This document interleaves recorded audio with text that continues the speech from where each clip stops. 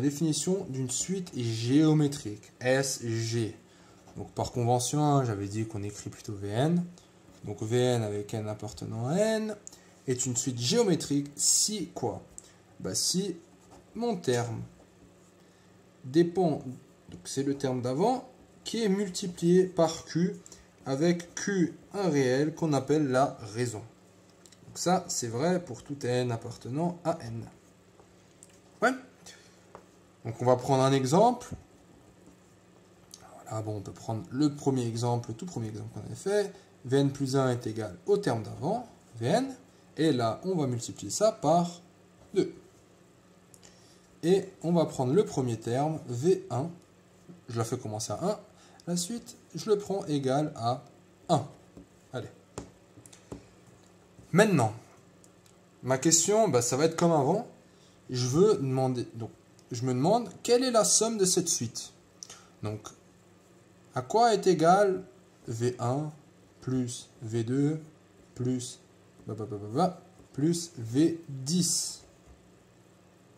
Donc ça, c'est S10. Ouais. À combien est égal S10? Bah, il s'avère que j'ai encore une fois une petite formule magique grâce au fait que cette suite soit une suite géométrique. Donc j'insiste bien, ça ne marche pas pour toutes les suites. Suite géométrique. Et avant, on a vu la suite arithmétique. Alors ça, c'est égal à quoi? C'est égal à 1. Donc de manière générale, je vais te dire S n, ça sera égal à 1 moins Q fois le nombre de termes sur 1 moins Q. Ok, donc on a une division. Et tout ça fois le premier terme. Donc je vais écrire V premier terme. Ça marche? Donc voilà, donc on a une division et on multiplie juste ça par le premier terme.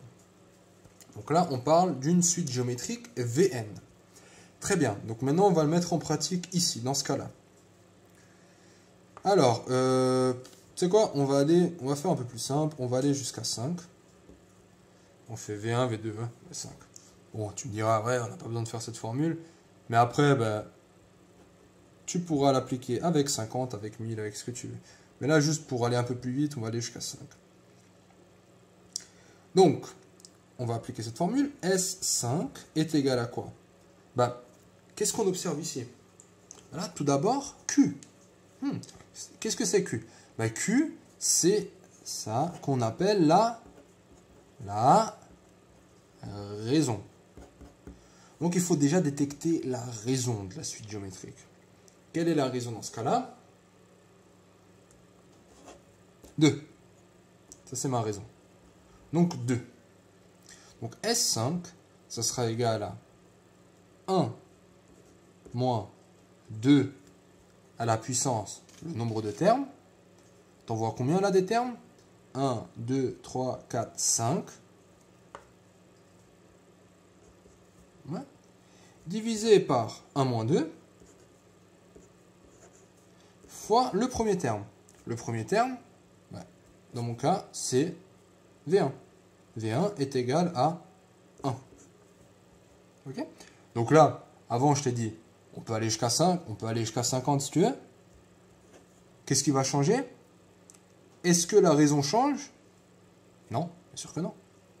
Est-ce que le premier terme change? Non, non plus. Qu'est-ce qui va changer? C'est juste le nombre de termes. Il n'y en aura pas 5, mais 50. Voilà. Bon, celui-là, pour le coup, je ne vais pas le faire de tête. On peut un peu le simplifier. Ça fait 1 moins 2 à la puissance 50. Le fois 1, c'est comme si on multipliait par rien.